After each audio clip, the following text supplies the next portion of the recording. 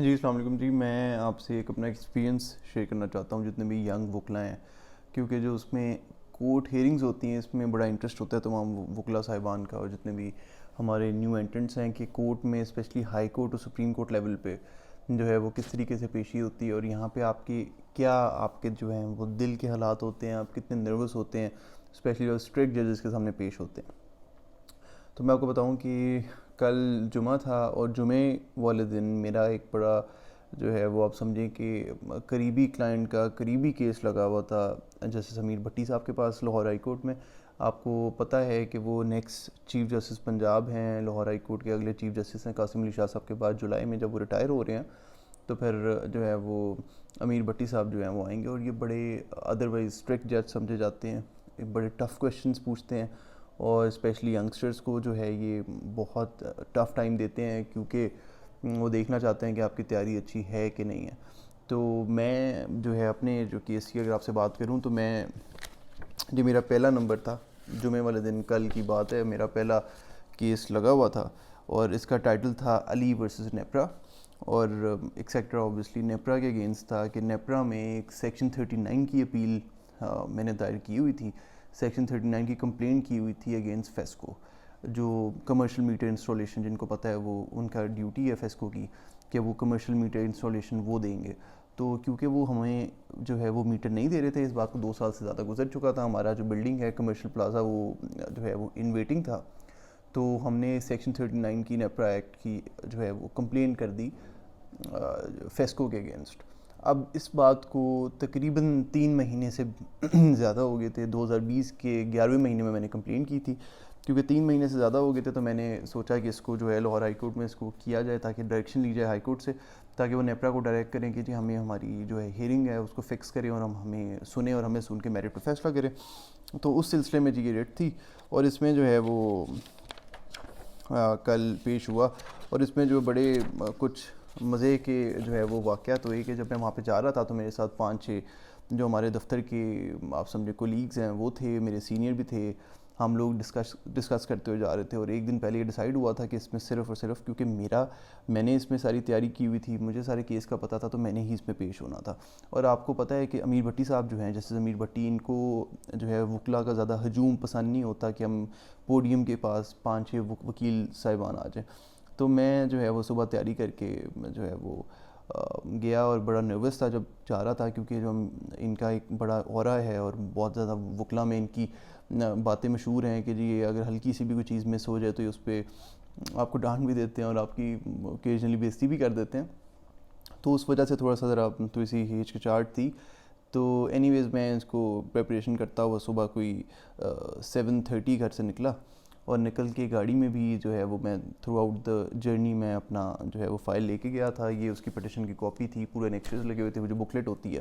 وہ میں اسے تیاری کر رہا تھا، نیپرا ایکٹ سیکشن 39 میں نے زبانی رٹا لگا لیا، تمام جتنے ہمارے جو امپورٹنٹ پوائنٹس ہیں، آپ دیکھیں کہ اس میں جو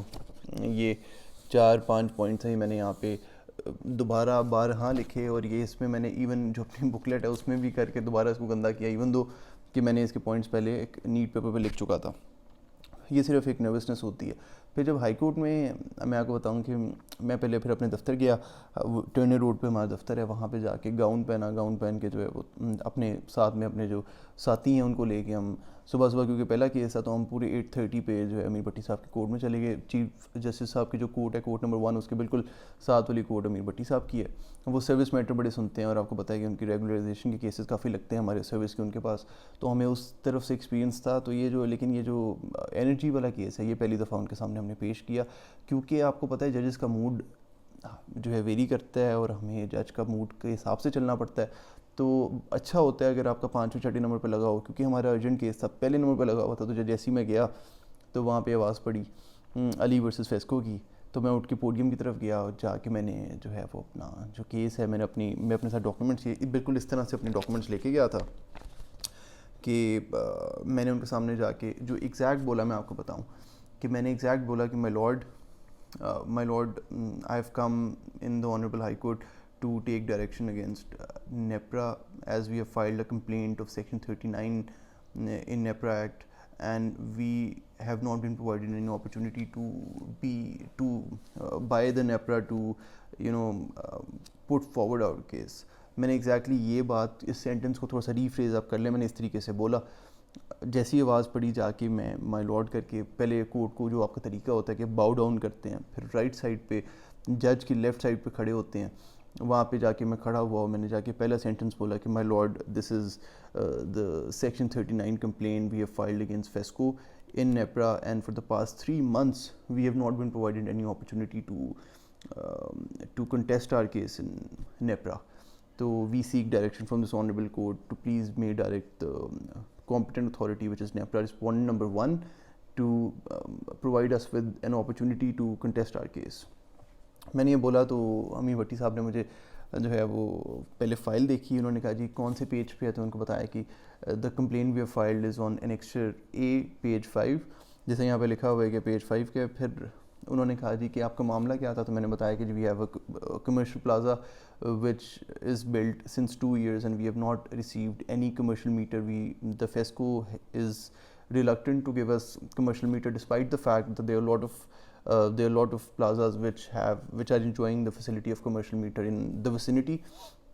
اور یہ ان کو بتایا تو انہوں نے کہا کہ why are they not giving the commercial matter. تو ساتھ جو ہے وہ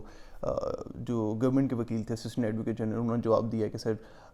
وہاں پہ کوئی سوسائٹی میں کوئی فراڈ ہوا ہے, تو یہ انلیگل کنسٹرکشنز ہیں, تو اس لیے ہم ذرا اس پہ دیکھ رہے ہیں. تو یہ انہوں نے میرے تو دیکھ کے کہا کہ از نیپرا دا کمپیٹنٹ اتھارٹی. تو میں نے ان کو اس کا جواب دیا کہ yes my lord, the NEPRA is the competent authority because under section 39 of the NEPRA act anyone who has paid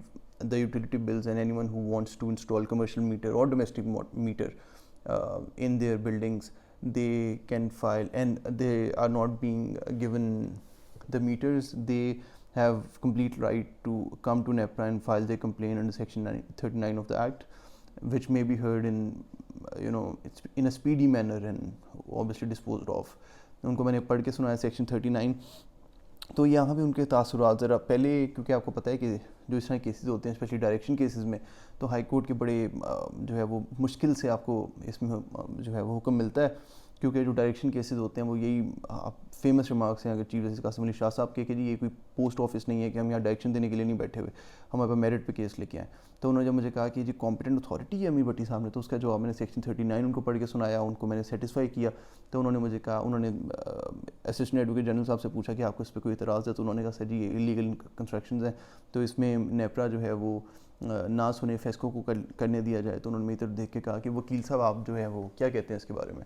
تو میں بڑا,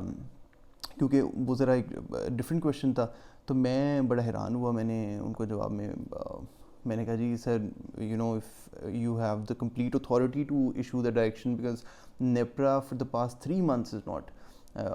giving us any opportunity. تو اب ہم اس سے زیادہ کیا کریں, ہم 3 مہینوں سے انتظار کر رہے ہیں, 11ویں مہینے سے انتظار کر رہے ہیں, دوسرا مہینہ ختم ہونے والا ہے. اور یہ ان کو بتایا تو تھوڑا سا کنونس ہوئے. انہوں نے میرے سے پوچھا کہ جی اچھا آپ بتائیں آپ کی, تو باقی چیزوں کے بارے میں پوچھنا اسٹارٹ کیا. تو میں نے ان کو بتایا کہ